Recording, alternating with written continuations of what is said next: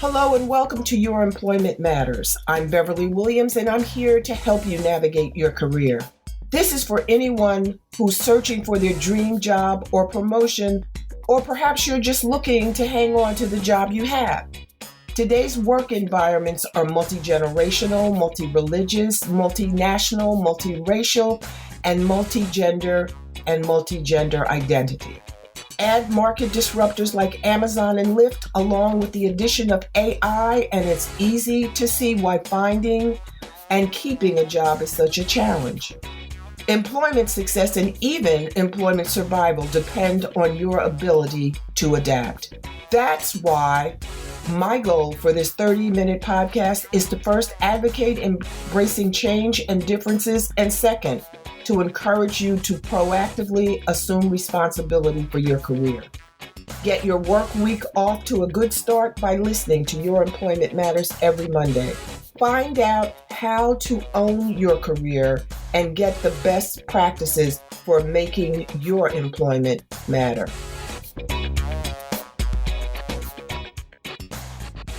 Welcome, listeners.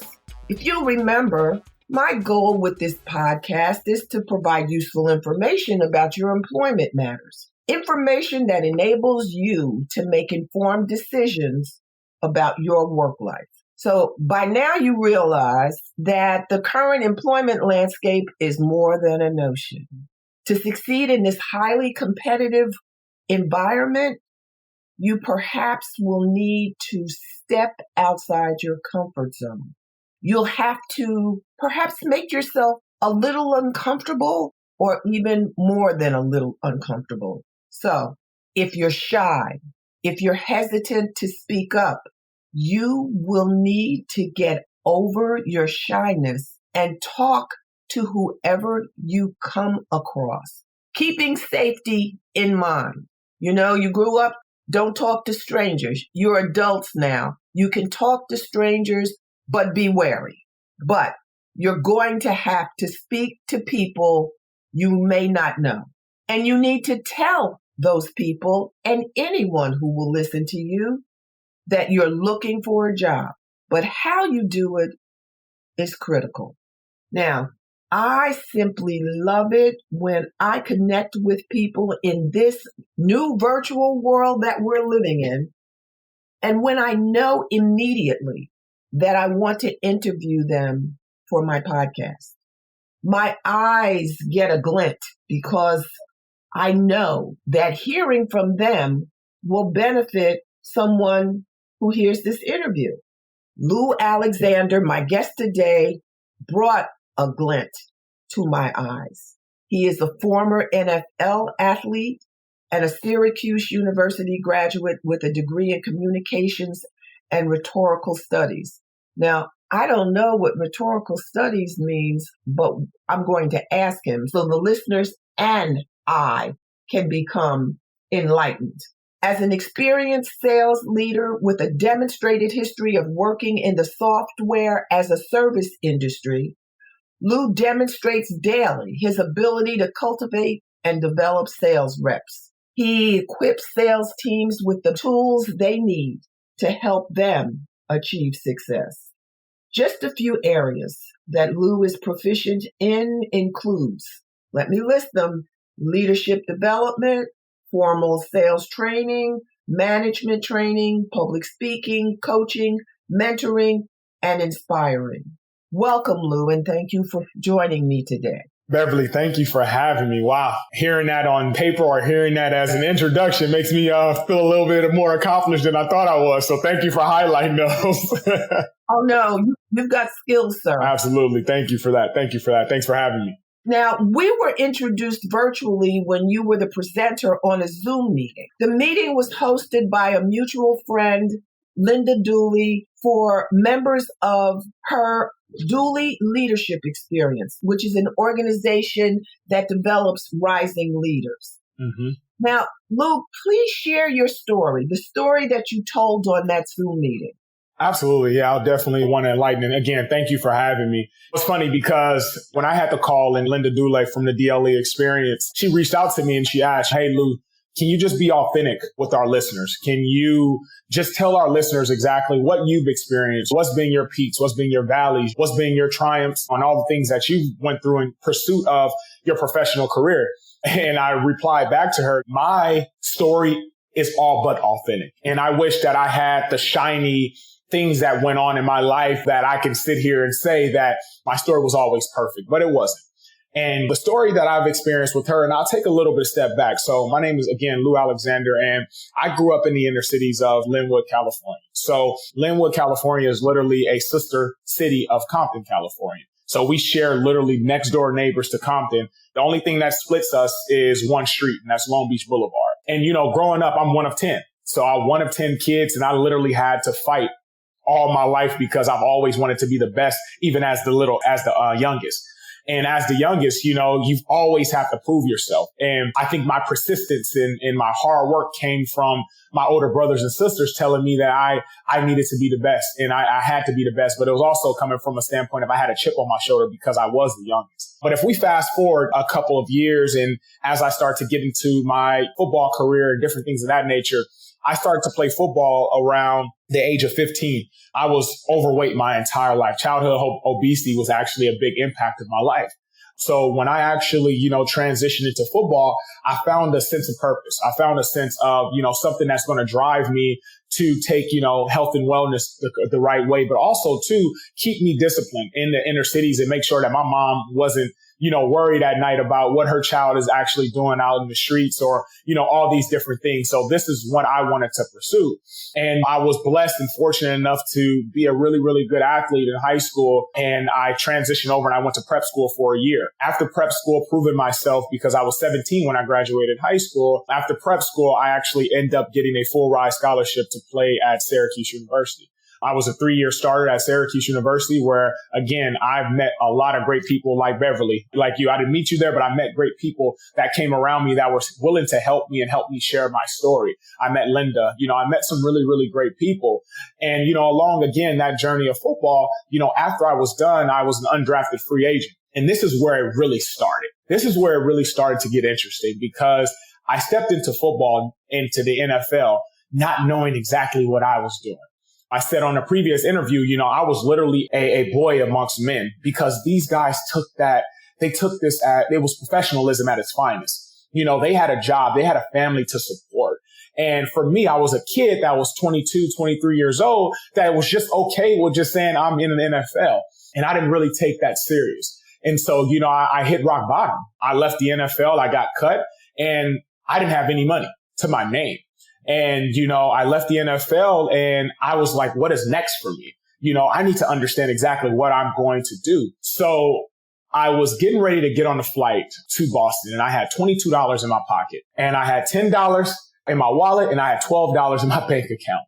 And my mom actually bought me a flight because I had a workout for the New England Patriots to go and try to make the team or just try to get on a team. But something pivotal happened during that plane ride once I got on that plane. So when I left LAX and I got on the plane, I was sitting in coach and I saw this gentleman literally walk into the plane, nice tie, nice suit on, nice watch.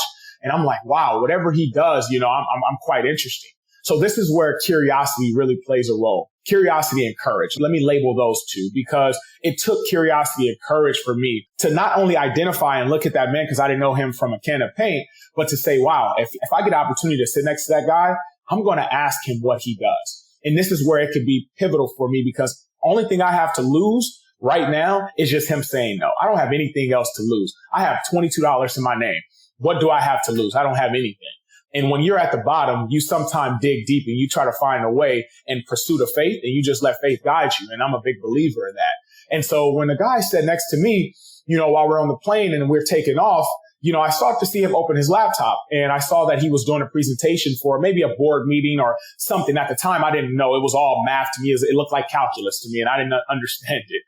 And so when I looked at his computer, I literally leaned over to him and I'm in the middle seat now. I'm 6'4", 340 pounds at the time. And I'm squishing him. So I know that literally I'm against him. And I asked him one simple question. And I want a lot of the listeners to hear this simple question because this simple question literally opened up so many other questions. And I submitted and I disregard my agenda. right? I dropped it. I submitted everything and I swallowed my pride. And I literally asked him one question of, can you help me?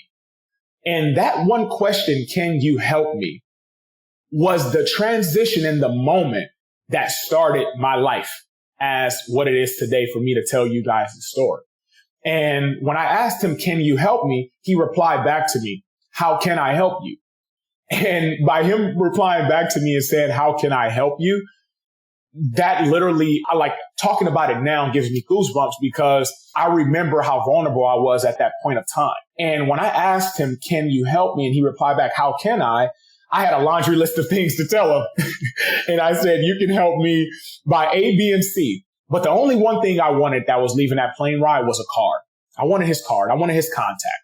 And I just wanted the opportunity to have a conversation because I knew my grit and my determination and all the things that I had will literally be able to suffice and put him in a position of saying, this guy is someone that I want in my life because he's willing to get it by any means necessary. And so when I asked him for his card, we left the plane.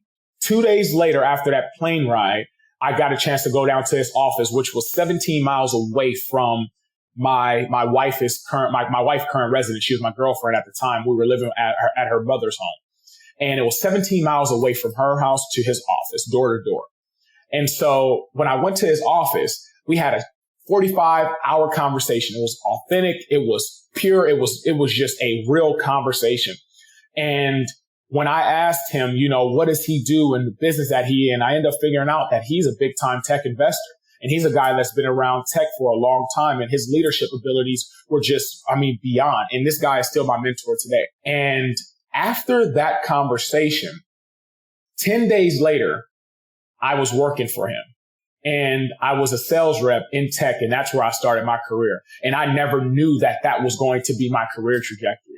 And now sitting here and talking to you guys as a director of sales at the age of 30 years old, it's complete faith. It took that one time on the plane for me to ask him, can you help me? That literally transformed my life into what it is today. And I'm just proud to have this story. And I'm proud that my pursuit and my grit and my courage, it was outweighing my pride. Well, the other thing, though, and don't sell yourself short, you thought about what to ask. You said A, B, and C. You knew to focus. Yes. You were at least mentally prepared and you were willing to work hard because even if you had made the connection, even if after making the connection, he hired you and you didn't perform at a high level, you wouldn't be where you are now. Don't sell yourself short. You're absolutely right. I did have an agenda, and I had an agenda. And what I mean by that is I didn't know that I was going to have a conversation with a guy on a plane. That I wasn't, no one could prepare for that. Again, right? We talk about faith. Like I just stepped out on faith. But I think sometimes too, we do have to kind of premeditate things that we want to ask if we're put in that position. And, luckily I studied, communication and rhetorical studies in college. And, what rhetorical studies is, I studied rhetoric. So I studied the ability to speak. I studied the ability to speak with emotion. I studied the ability to understand how to ask questions. And, so that did come from my teachings in college. And I have to thank and I have to attribute a huge part of that to, the professors at Syracuse University for really equipping me with some of that information. But what really made me curious, Beverly, and what really made me ask the questions and have that agenda is because growing up in the city, I've been asking questions all my life because my exposure has been limited. And with my exposure being limited, you have to ask questions about what else is it that's out there. And when I saw that guy on the plane, I put myself back in the inner cities of Linwood. And I went back to that little kid that was asking questions all his life about how do I get to the next level? How do I get to the NFL? And I put myself in that same position.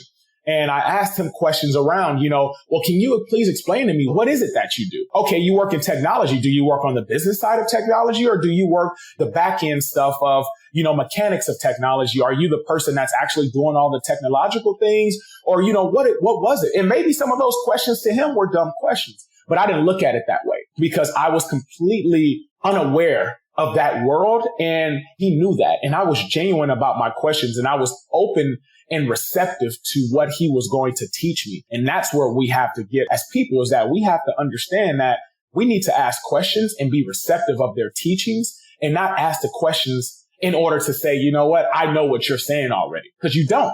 We don't know that. And we don't know everything. So, and I think that's where that transition was for me. You know what I say? I say, you know what you know, Yep. but you don't know what you don't know. 100%. Don't know it.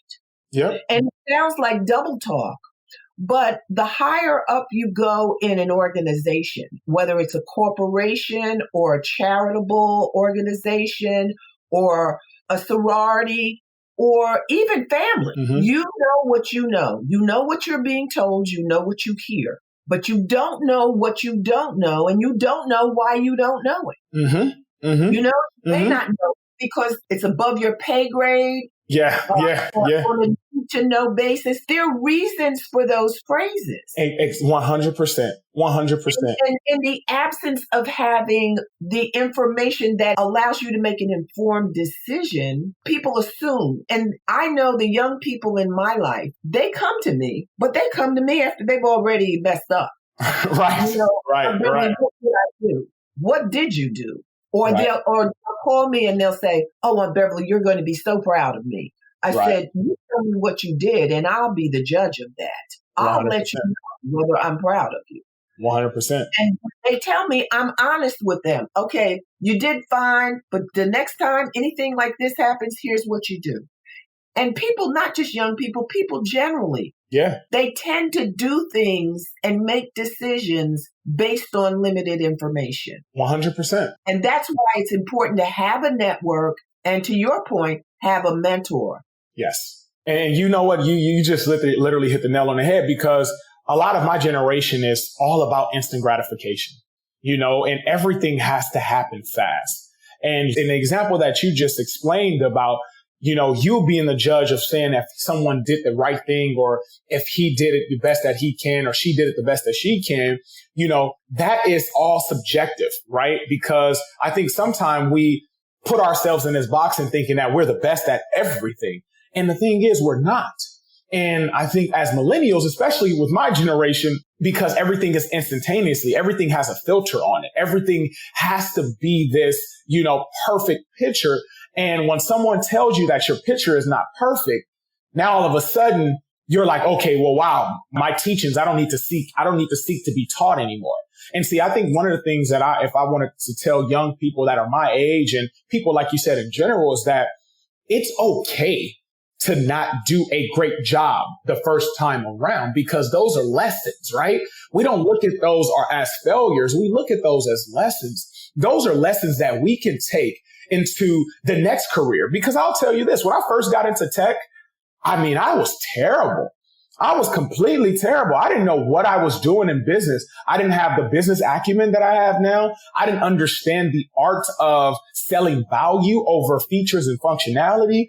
I didn't understand exactly what it was I was doing. I was just relying on my pure instinct, but that doesn't always do the job. But I think what really helped me was when someone tapped me on my shoulder and said, "Hey, Lou, you're doing this completely wrong." And when I looked at him and I said, "Okay, perfect. Can you teach me?"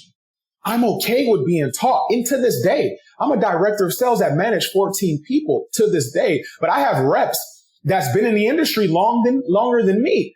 And they may call me out on something and say, "Hey, Lou, you know what? Hey, this is completely no, I disagree with that." And I asked them why, and they got to validate why they disagree. And if they explain why they disagree, and it's actually something that is a better solution than what I brought, 100%. I'm going to validate that. And I'm going to say, wow, you know what? I did not know that. It's okay to be vulnerable. And I think vulnerability is the biggest thing for us. And it's our Achilles heel that we just can't get over. And I think we just need to learn how to be vulnerable and learn how to be, you know, coachable, in times of pursuing whatever we're trying to pursue. The way I phrase it is, consider feedback a gift. 100%. 100%. It's negative feedback. 100%. And accept it as you would a gift. You need to be grateful and thank you, even if you disagree. But you to check to see whether there's some validity to what you've been told. Mm-hmm. Everyone doesn't accept feedback, especially constructive feedback that may be critical or negative. People like to hear, you look for information, not affirmation. Exactly. You want to do better. You want to improve. You want to be the best you can be. And you won't be that if you keep getting, oh, you're wonderful, because we aren't. Yeah. None is perfect. We may be wonderful in some respects and need improvement in others. There's no doubt about that. 100%. So, I like the tip that you gave listeners, but I understand why you spoke up because your circumstances demanded it. 100%. Yes. But if you're shy, because you must have supervised or coached or mentored shy people who have difficulty stepping up. What do you do then? Yeah, no, 100%. And you know what? That's a great question. And I was a shy kid. I was. It's probably hard to tell now listening to me, but but I was a shy kid growing up, and I wasn't always comfortable. I go back to not being comfortable with myself and suffering, from childhood obesity and different things of that nature. And I was always shy because I thought I wasn't enough. So, I was shy. And I think, I've experienced that, even stepping into college a little bit. I reverted back to some of those old ways. But if someone is shy, they're trying to pursue, and they are not just innately blessed with the gift of asking questions, or it's just not a part of their personality trait. I always tell people you have to put yourself in positions that make you uncomfortable. And I know that may sound, hard, or it may sound like it's not disingenuous, but it is something that is insensitive. It's not insensitive to put yourself in an uncomfortable position. And, with the shy person that's coming into, their workforce, or coming into, who they are as a person and as an adult and as a professional, is that we have to believe in our abilities, right? And I think a lot of times the people that are the most shyest and quiet, they hold the most information because they're never talking. And so they have to understand that their power is by them not saying a word, but when they open their mouth, they should feel confident because all they did is listen. So you've accumulated all this information year over year. And now it's time for you to just step out with courage and faith. And that's easier said than done. I'm not sitting here and saying that there's something that just happens overnight. But I also, too, ask you as well, who are you surrounding yourself with? Are you surrounding yourself with people that are shy as well? Are you surrounding yourself with people that are forcing you to come out of your comfort zone? Because that's what the pivotal moment was as well. I wasn't great in business or in tech until I started to surround myself around people that were really great in tech, right? If I would have went back to my neighborhood and surrounded myself with people that were in the neighborhood, now all of a sudden I wouldn't have pursued, or I wouldn't have been as educated as I am on technology, or be a leader as I am today. And that's the same thing with being shy. When you're shy, you got to surround yourself around people that push you to be more than just shy, and they help you. Now, I get it, right? If it's uncomfortable, that's fine. You can voice that. But also it comes with that authenticity, right? You can also express that you're uncomfortable to people when you're addressing a question. Hey, listen, I never address questions like this. And I'm typically a shy person. But you know what? I'm stepping a little bit out on courage right now. And I just want to ask you a question. Those simple words can be life-changing for you because that's going to get you to talk. And you have to ask open-ended questions as a shy person so you can get the person to talk more than you talk. And if you're a shy person, ask the person a question that's going to get them to talk about themselves more than you talk about yourself. And then you just round it off with talking about yourself. But it's stepping out there on faith, as we revert back to early on. I think you're right. And there's no doubt. One of the things that I suggest, I remember hearing a story about Beyonce. And her alter ego, Sasha Fierce. And that's what I tell young people when I'm talking to them. Adopt a Sasha Fierce persona and practice it in front of a mirror. Exactly. Get in front of the mirror and just practice being someone other than who you are. Now, it may sound schizophrenic, but I would submit to you, and I know from personal experience, as you move up in your chosen profession, whether it's plumber, whether it's airline pilot, whatever it is, you're going to find yourself feeling schizophrenic. How you talk to your family is going to be different than how you talk to your boss. Right. And how you talk to your boss's boss. It may even be more different than how you speak to your boss. Mm-hmm. How you speak to someone who may be in a higher position in another environment is going to be different because that person may not know you, and you may be trying to convey that you have the skills, the persona, and the mindset to do what it is they may want you to do. So we're all schizophrenic if we want to be successful. We're going to have to learn how to manage that kind of schizophrenia. Mm-hmm. I couldn't agree with that more, because practicing in the mirror is literally one skill set that I've always tell my sales professionals all the time, especially when you're doing person-to-person meetings. If you are on a journey, like you just mentioned, no matter what your profession is, if you are meeting with someone in person, I always tell my salespeople, you know what? Hey, write down your agenda, write down your key, topics that you want to talk about within your agenda, and practice it in the mirror.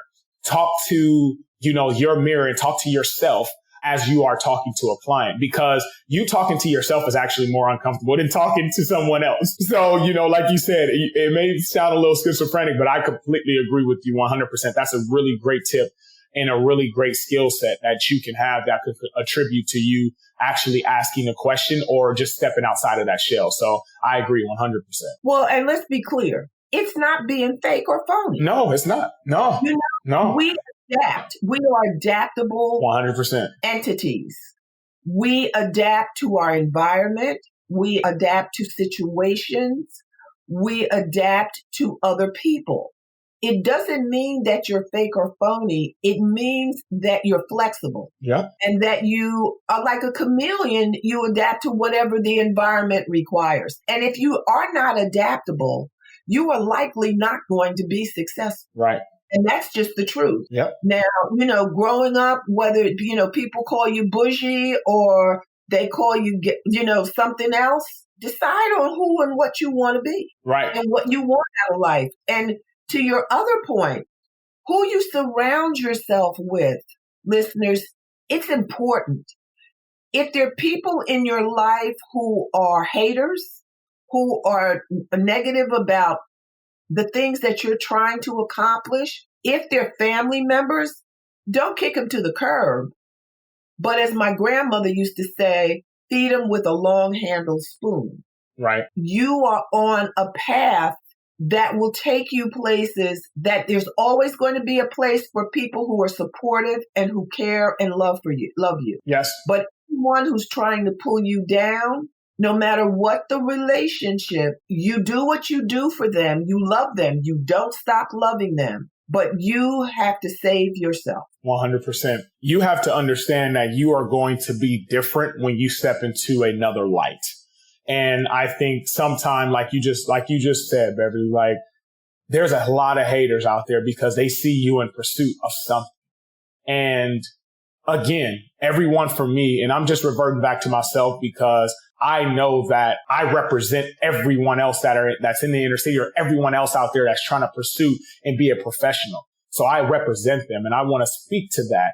And, when you change and when you try to grow into something different, people are going to hate that. And you have to understand that and remove yourself. When I went to the NFL, people hated that. But I'll tell you this, that's all they thought I was going to be, was a football player. And then when I stepped into business and I went into, pursuing business, they were like, wow, he can do this too. But again, I identified who the people that were actually there for my longevity and for the betterment of me. I identified that. And we have to be aware of that. And if you identify the people that are not there for the betterment of you, you have to remove yourself, because I'll tell you this, they're going to pull you down and they're going to put more doubt in you than you put in yourself. Right. So that's the number one key as well about that, is if you are a shy person and you're already, experiencing the inability of not asking questions or not being able to, step in front of a room and speak. Well, you step around people that don't like what you're doing, you best believe that they're going to actually say, oh, you know what? You shouldn't be doing that. No, don't do that, because you know what? They're putting their fear and anxiety in you. So understand how to remove yourself from the haters. That's a good point, Beverly. I love it, because I say it all the time. Like, you have to remove yourself from the haters, because again, haters will only be there to hate, and you have to recognize that for sure. General Colin Powell has, I don't know where his quote came from, but it's in my first book, Get the Job Done. What he conveys is you have to identify who's going to be on the journey with you. Mm-hmm. And if you just evaluate it, and it's really a compelling quote. I can't quote it verbatim, but anyone who's listening, if you get my first book, Get the Job Done, General Powell is quoted there. You have decisions to make, and you're going to have to manage relationships, especially if they're family relationships. Mm-hmm. You'll have to manage those. But you're right. If anyone who's not in it with you for the betterment of you, you know, you have to not cast them completely aside, because with family, it's difficult to do that. Mm-hmm. But you do have to save yourself. You do. Now, it took a lot of hard work to achieve what you've achieved, Lou. Would Yes. you do differently? You know what? I wouldn't do anything different. For the longest time, Beverly, you know, I was challenged with that. I was challenged when people asked me that question, you know, because I think if you were to ask me this question 4 years ago, 5 years ago, I probably would have had a different answer. And the reason being is because I wasn't mature, and I wasn't mature in my mindset of what I've actually pursued and what I've actually accomplished, because I just wasn't confident of that. And I think throughout my entire process and my journey, I've learned so many lessons, and those lessons have paid huge dividends to where I am today. And I think sometime I go back to that point of instant gratification. If I would have had a long career, 5 years, 10 years in the NFL, and I would have made all this money and then came back into regular life, I probably would have been completely lost, to be honest with you. I would have been completely lost of what I wanted to do, because my lifestyle was so different than what it is now. You know, throughout my journey, I was able to find a connection with my wife. You know, I was able to have a son, you know, and I'm able to look and draw motivation from seeing him smile every morning. And, you know, those things I don't think would have it would have happened, but it wouldn't have happened at the time when I most needed it. And I think everything in life happens at the time when you most need it. Sometimes you don't think that it's supposed to happen that way. And you're like, why is this happening to me? You know, and I'm a big believer in God, and I'm a big believer in faith, you know, and, you know, you always question, you know, and you always try to say, well, why is this happening to me? But your gift comes to you when it's ready for you. And I wouldn't have been ready to receive my gift if it would have happened back then. Now, people can argue, well, gift was football, and that wasn't truly my gift. You know, football was just an outlet. Football was just a springboard into other great things. And I didn't want to prison myself in that box of being an athlete.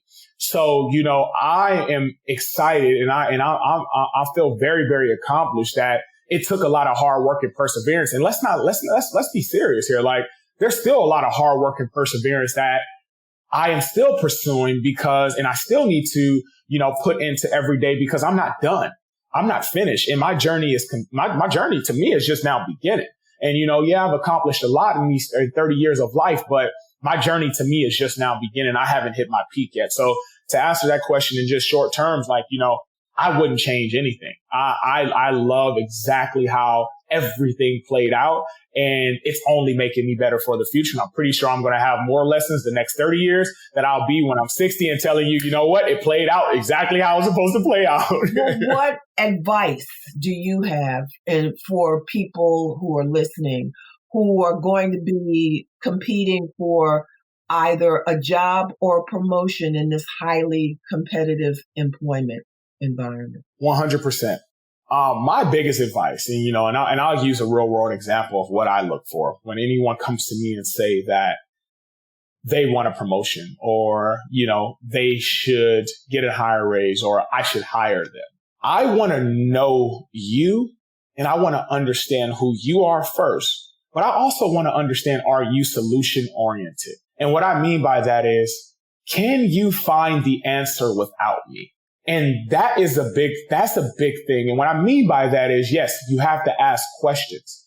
But when I say, can you find the answer without me, that means, can you go and collaborate with other people within the department? Or can you go and try to seek the information and bring your own ideas and solutions to the table? And, this market and this job market, obviously with COVID-19 and the pandemic happening, is completely different. And it's very, very competitive because of the economic uncertainty. And I get that 100%. And I think that, I'm very, very understanding of where we are in this current world. But there's still a ton of employers out there that are looking to hire. And I think what is going to separate you from the masses, right? Because anyone can say, I look good on paper and I have all these credentials. But the first thing I ask people and the first thing I say to people when I'm looking to hire them is, who are you beyond this piece of paper? This piece of paper is telling me your accolades and it's telling me everything that you succeed, but let me know about the process. And I think you got to be willing to share your process because your story is unique. And so when you get the chance to interview with somebody, you wear your story like a badge of honor. You wear that and you tell people that, listen, the reason I got everything here and I'm qualified is because I know that I have a different type of work ethic and I understand that the solution I can bring to your organization is going to be completely different. And this is how I'm going to do it. You always have to show them how you're going to do it and be methodical and make sure you're thought provoking when you're talking to people. And don't forget about that. Make sure when you have a solution, you break down what your solution is. And you break down the process in that, always. And again, I'm going to go back to tactics, right? Think about what you're going to do the first 30, 60, 90 days. When you step into a job, what are you going to do that first 30 days? And you break that down for your employer. The first 30 days, this is what I look at the job description. Say, this is what I'm going to do the first 30 days. The next 60 days, you say, okay, well, after the first 30 days, the next 60 days, this is where I should be due to the job description, no matter what it is. If it's a business guy in tech and you want to say you want to get to a certain revenue dollar amount, or if you're someone that is a librarian and you say you want to be able to put away a million books in 60 days, you have to make sure that you are giving them step by steps. And then that last 90 days, you should be hitting on all cylinders. You should be able to tell them, hey, the last 90 days, I'm going to be entrenched in your ecosystem as a company, and I'm going to know how to run this business just as good as you know how to run the business. And they want that confidence, and employers want that confidence. So that's what I can give as advice when you are going to pursue this time is, number one, be different. Wear your story like a badge of honor. Number two, be solution oriented, but be methodical. Understand the job that you're actually trying to pursue. And then number three, again, just have perseverance and courage and understand that you are going to step out beyond the masses and do a better job than anybody you're stepping in front of. That's really such excellent advice. And it surprised me because that's what executives do at the highest levels. Mm-hmm. Mm-hmm. They have a 120-day plan. Yep. They're given 120 days either on paper or mentally. Mm-hmm. And then they're evaluated after 120 days. Mm-hmm. Yep. Formally or informally. Where are they after they've been there for a few months? Yep. How are they acclimated? Have they made an impact? What have they done to add value to the company? Yep. That was if more people did it that way, if more people adopted that approach, I think you're right. But the thing is, you have to deliver. Yes. You can't overcommit and underdeliver. Yes. That is a death knell for your career. Yes. I think that's the number one thing, because you can talk a good game, but you got to be able to play the game. And that's the biggest thing. I've learned that even in sports, but especially in the job market, especially in the world of employment, is that if you talk a big game, your numbers truly will tell you if you are along the course of what you set aside to say that you are going to do. And you have to be able to follow that because like you just said, executives, they follow 120 days. I mean, I have criteria within my career, within my job as a director of sales of saying, hey, listen, Lou, when you first came in, we're promoting you to run this business, basically. The only one that's above you is the VP and the CEO. That's it. You are running this business. So we're relying on you, and we're relying on your understanding of this business to get the job done. And we're going to evaluate you every 3 months. We need to understand if you are actually tracking along what you sold us initially. And that's always going to hold you accountable. And that's a number one thing as well. Hold yourself accountable to the things that you said you're actually going to come in and do. Because you can say all you want, but what are the benchmarks that you're actually setting throughout that time period that's actually going to help you achieve those goals? Because if I got a 30-day plan and I have no benchmarks at day 15 of where I need to be from day 1 to day 15, that 30-day plan is going to fall flat. If I have a 60-day plan and I don't have where I'm going to be day 55 or day 65 and understand exactly where I'm supposed to be day 55, that's going to fall flat on its face. So you have to be able to set benchmarks on where you want to be, because if you don't have nothing in reach and understanding what's in reach and you're just going after your goals blindly and you have a 30, 60, 90-day plan that's blind, you're never going to be able to achieve and get the full abundance out of that job situation or whatever that promotion is. So I think you always got to set yourself up for those benchmarks along the way, for sure. And it's good to get in the habit of having benchmarks, because metrics or numbers matter. Oh, 100%. But it's also factors that are not numerical. Yes. Interpersonal relationships, how you're managing people, soft skills and hard skills. 100%. Matter. Well, I so appreciate you taking the time. It's been great. I have so enjoyed it, but I knew I would. I appreciate it. I've enjoyed it as well. Thanks for listening to Your Employment Matters with Beverly Williams. If you found this podcast helpful, please subscribe and leave a review. I truly appreciate your support, and that helps other listeners find the podcast. If you have a comment, question, or suggestion, you can reach me at baWilliams@youremploymentmatters.com. My book, Get the Job Done, is available on Amazon.com and BarnesandNoble.com. Please join me again next week. Until then, remember to embrace change and differences.